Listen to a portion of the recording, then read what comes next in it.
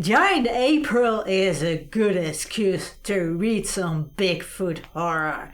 Hi, I'm Annie, and it is April, so it is Giant Ape-Ril, and this is a reading event that is hosted by Roy over at Roy Reads Anything and co-hosted by Duncan from Backaway from the Donkey.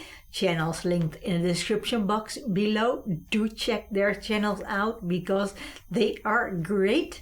And I am also a co-host of this reading event. So what can you read for Giant Ape-Ril? Everything considering large monsters like King Kong, but also the Bigfoot and the Yeti, but also other monsters like Godzilla and other giant monsters. And I read Zombie Bigfoot by Nick Sullivan. Sarah Bishop's father has had an encounter with a Bigfoot, but regrettably he does not have any proof. After his death, an eccentric millionaire seeks a way to become immortal. Well, figuratively speaking, anyway. And as he failed many times over in the past to put his stamp on history, he goes out and he tries to put his mark on history by being the first one to capture a Bigfoot. And Sarah Bishop and her team are helping him to capture one.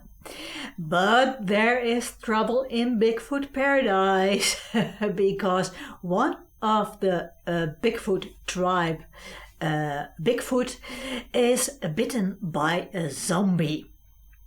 This is pure horror, and you have to brace yourself for some gruesome kills.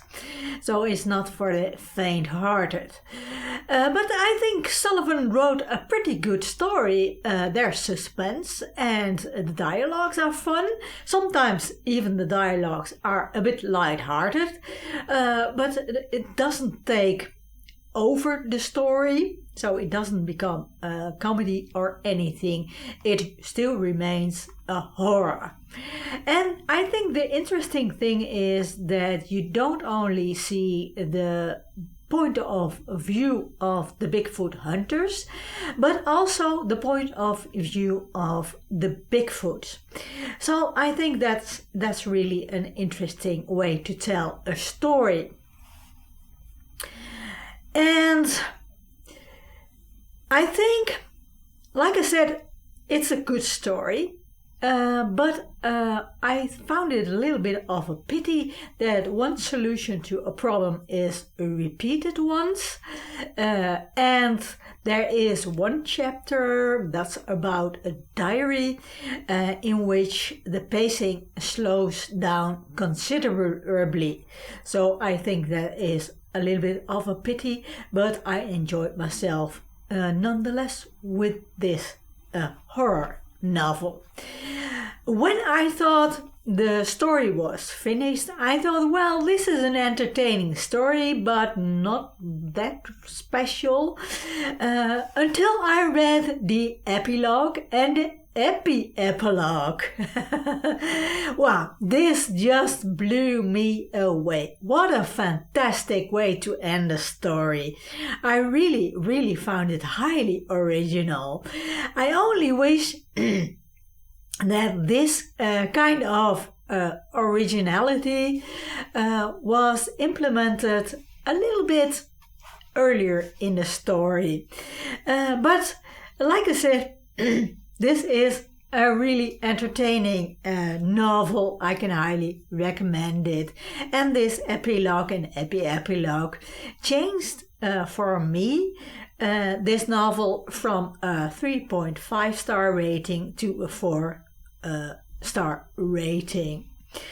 I think this is the first full-on modern horror novel that I read.